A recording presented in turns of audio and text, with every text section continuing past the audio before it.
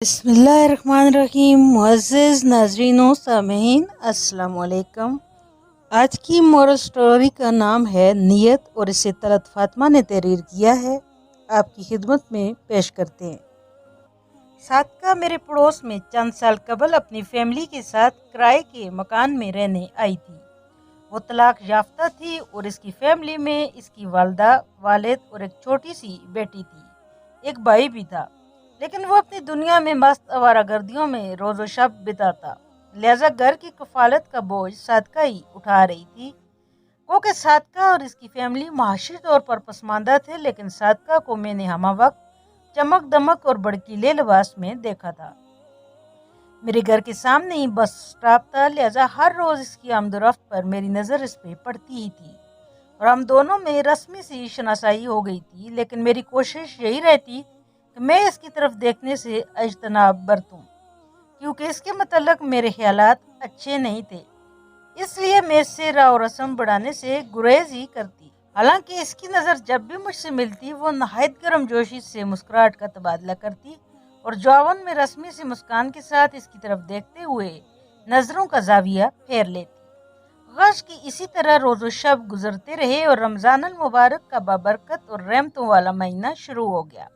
ہر طرف فضا میں قرآن مقدس کی دلسوز آواز روح و دل کو ایک الگ سی تقویت عطا کرتی، اور روزہ نماز اور دیگر نفلی عبادات ایک الگ سی سرشاری کے اثار میں جکڑے رکھتی۔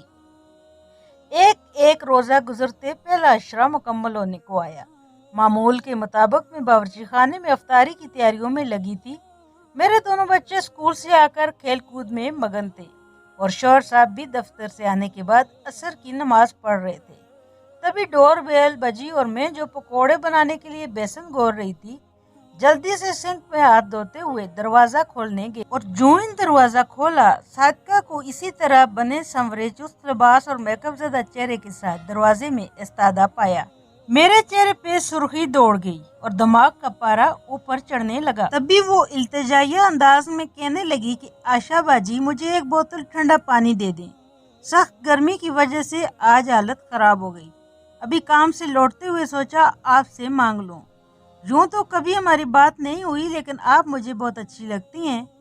میں جو اسے سخت بات کہنے کا سوچے بیٹھی تھی، اس کی طلب جان کر خاموش ہو گئی اور اسے اندر آنے کا کہے بغیر کہ یہ میری دیندار طبیعت کے برخلاف تھا کہ اس کے ایسے حلیے میں اسے اپنے شوہر کی موجودگی میں اندر آنے کی اجازت دیتی۔ سو اسے دروازے پہ چھوڑ کر ہی فریج سے پانی کی بوتل نکال کر اس کے ہاتھوں میں پکڑایا۔ اور ابھی دروازہ بند کرنے ہی والی تھی کہ میں یہ دیکھ کر اکدک رہ گئی کہ وہ سامنے کوریڈور میں لگے بینچ پہ بیٹھ کر ایک ہی سانس میں پانی کی بوتل گھٹا گھٹ پینے لگی، اور میں جو پہلے اس خیال کے تحت کہ دھوپ سے آنے کی وجہ سے افطاری میں مشروب بنانے کی غرض سے وہ ٹھنڈا پانی لینے آئی ہے، تھوڑی نرم پڑی تھی، میرا دماغ پھر سے بے قابو ہوا، اور وہ جو پانی کی بوتل میری طرف لوٹانے کے لیے بڑھی اور میرے چہرے کے سخت اثرات دیکھ کر جواز پیش کرتے ہوئے کہنے لگی کہ وہ باجی میری طبیعت خراب تھی نا، اس لیے روزے سے نہیں ہوں۔ میں نے کچھ جواب دیے بغیر اس کے ہاتھ سے بوتل لیا اور دروازہ بند کرتے ہوئے باورچی خانے میں چلی گئی۔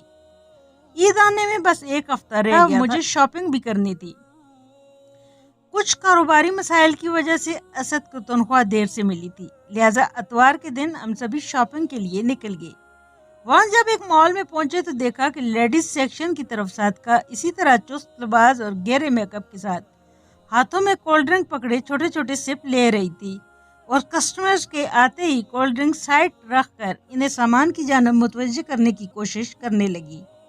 میں نے اسد سے بیزار لہجے میں کہا کہ چلیے یہاں سے کہیں اور چلتے ہیں، تو انہوں نے میری بیزاری کا سبب جاننا چاہا تو میں نے خاموشی سے انہیں نکلنے کا اشارہ کیا۔ تبھی صادقہ کی نظر ہم پر پڑ گئی اور وہ اٹھلاتی ہوئی ہمارے سامنے آن موجود ہوئی۔ اس نے بآواز بلند گرم جوشی سے ہمیں سلام کیا، اور اسد نے اس کے سلام کا جواب خوش دلی سے دیا، جبکہ میں نے اسے نظر انداز کرنے کی بھرپور اداکاری کی۔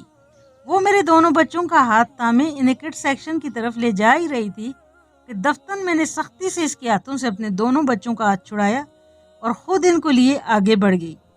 ابھی میں 3 سالہ رمشا اور 5 سالہ عمر کے لیے کپڑے دیکھ ہی رہی تھی کہ صادقہ ہاتھوں میں کولڈ ڈرنک اور بچوں کے لیے چاکلیٹس لیے چلی آئی۔ میرا ضبط جواب دے گیا، और मैंने इससे सख्त लहजे में कहा कि तुम ज़रा मुझसे और मेरी फैमिली से दूर रहो। मैंने इसके हाथों में कोल्ड ड्रिंक्स और चॉकलेट्स देखकर तंजिया कहा कि सबको खुद की तरह समझ रखा है, अगर खुद रोज़ा नहीं रखती तो कम से कम दूसरे रोज़ेदारों का तो एहतराम करो। और मेरी इतनी सख्त तनबीह पर वो शर्मिंदा सी होकर कहने लगी कि बाजी ये तो मैं बच्चों के लिए लाई थी, कोई ज़रूरत नहीं मुझसे और मेरे बच्चों से राव रस्म बढ़ाने की। असद ने मेरे इस अंदाज पर मुझे समझाने की भी कोशिश की, लेकिन मैं अत्ते से उखड़ गई और बच्चों का हाथ थामे तेजी से वहां से निकल गई। नाचार असद को भी उठना पड़ा और पीछे से सादका आवाज देती ही रह गई। घर आकर असद ने मुझसे इस खराब रवैये की वजह दरियाफ्त करने की कोशिश की तो मैंने सख्ती से कह दिया कि वो लड़की मुझे बिल्कुल पसंद नहीं। ऐसे लोगों की वजह से ही इस्लाम और मुसलमानों का नाम खराब होता है। अच्छी खासी सेहतमंद है लेकिन रोज़ा रखने में क़यामत टूटती है।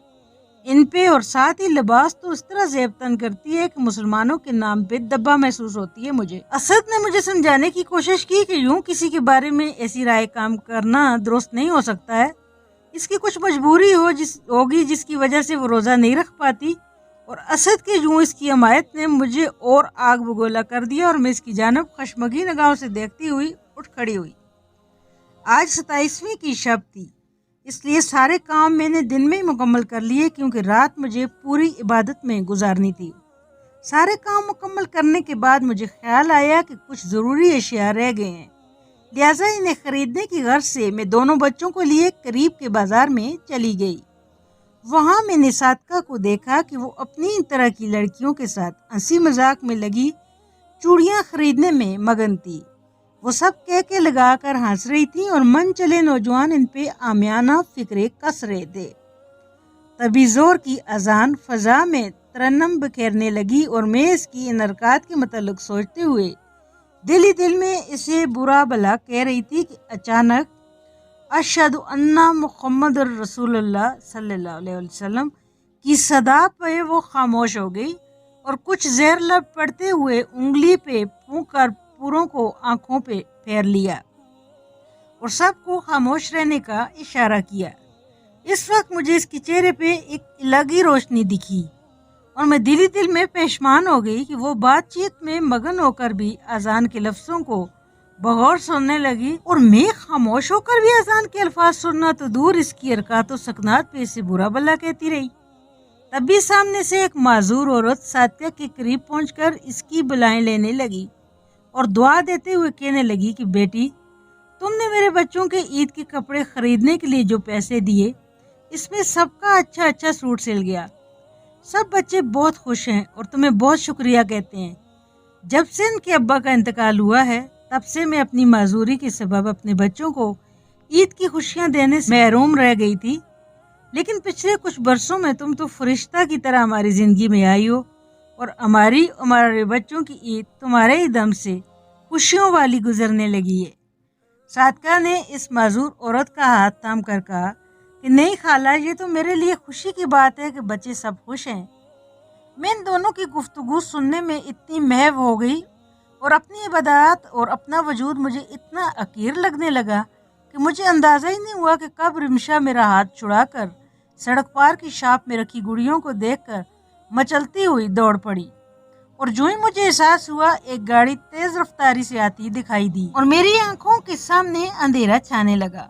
एमर को मैंने अपने सीने से लगाते हुए चीख मारी और तभी सादका चूड़ियों को फेंकते हुए रमशा को बचाने दौड़ गई और रमशा को इसने धक्का दिया और खुद गाड़ी के पिए के नीचे आ गई। पल भर में एक मजमा लग गया और मैं फटी फटी आंखों से कभी रमशा को और कभी सादका के खून आलूद कपड़े को देख रही थी। तभी लोगों ने रमशा को उठाया तो मैं सूरत से दौड़ती हुई इसे अपनी गोद में लिए चूमने लगी और सादका की तरफ नजर की तो इसकी रूह परवास कर चुकी थी, लेकिन इसके चेहरे पे अब भी सुकून और इत्मीनान था। मेरा वजूद थर थर कांपने लगा, मेरी हालत गैर होने लगी और मैंने किसी तरह असद को फ़ोन में लाया और वो भागते हुए हमें लेने आ गए। घर पहुंचकर मैं चीख चीख कर रोने लगी और अपना आप मुझे अकीर और कम ज़र्फ लगा। असद ने मुझे किसी तरह संभाला। मगरब के बाद सादका की तदफीन थी। मैं इसके घर पहली बार गई। हर एक ज़बान पे इसकी तारीफ हर एक शख्स इसके एहसानों का जिक्र करने में मशगूल, हर एक आंख में इसके लिए बेपनाह अकीदत थी। वहां पहुंचकर मुझे इल्म हुआ कि सादका एक खतरनाक बीमारी का शिकार थी। इसी वजह से डॉक्टर ने इसे रोज़ा रखने से मना किया हुआ था। इसकी 4 साला बेटी मुसलसल रोए जा रही थी और अपनी मां को उठाने की नाकाम कोशिशों में लगी थी। सादका के बूढ़े माँ बाप भी अपनी बेटी की जवां साला मौत पे गहरे सदमे में थे और ज़ारों की तार रोते हुए कह रहे थे कि इनकी बेटी ने बेटा बनकर इन्हें संभाला और किसी चीज़ की तकलीफ होने नहीं दी। अब इनका पुरसाने हाल कोई नहीं। तभी मैं जो इतनी देर से अपने आंसुओं पे बांध लगाने की कोशिशों में मसरूफ़ थी, फूट फूट कर रोने लगी और सादका के मुर्दा जिस्म के पास जाकर इसके पैरों को पकड़कर माफ़ी मांगी और इससे कहा कि तुम बहुत अजीम हो सादका, मुझे माफ़ कर देना। मैंने तुम्हारा ज़ाहिर देखा और तुम्हारे बारे में हमेशा गलत राय कायम की।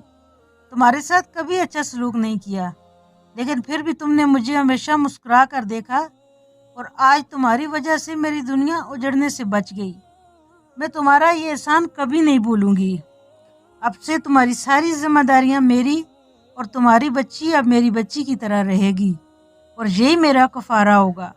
मैंने इस्लाम और इस्लामी अहकामात को ज़ाहिरी चीज़ों में तलाश करना चाहा, लेकिन तुमने मुझे बताया कि ये तो बातन में पोशीदा है। अब मुझे एहसास हो रहा है कि अल्लाह ने क्यों फरमाया है कि अमल का दारोमदार नीयत पे है। मैं रोज़े, इबादत और तकवा में बज़ाहिर तुमसे खुद को बेहतर समझती रही, लेकिन तुम्हारी कुर्बानी और दूसरों के काम आने के जज्बे ने मुझे एहसास दिलाया कि मैं तुमसे अभी बहुत पीछे हूँ। तुम तक पहुँचने के लिए मुझे कड़ी रियाजत करनी होगी। रोती रोती मेरी आंखें सूज गईं और सादका को ले जाने का वक्त आ गया। जनाजा उठने के साथ ही हर तरफ गहरा सकूत छा गया और सब लोगों की ज़बान पे एक ही बात थी कि कितनी मुबारक रात में सादका अपने महबूब से मिली है। मैंने भी अपने दिल में इस बात से इत्तेफाक किया और इसकी मगफरत और जन्नतुल फिरदौस में आला मुकाम के लिए ढेरों दुआएं मेरे लब से निकलने लगी। ये थी आज की मोरल स्टोरी, एक छोटी सी कोशिश आपकी खिदमत में। कुछ अच्छी लगे तो लाइक शेयर कर दीजिएगा। चैनल पे नए हैं तो चैनल को सब्सक्राइब कर दें प्लीज़ और बेल बटन प्रेस करना ना भूलिएगा। इसी तरह आपको हमारी आने वाली वीडियोस की नोटिफिकेशंस बर वक्त मिलते रहेंगे। अपना ढेर सारा ख्याल रखिएगा, दुआओं में याद रखिएगा। मुझे दीजिए इजाज़त, नेक्स्ट वीडियो तक अल्लाह निगहबान।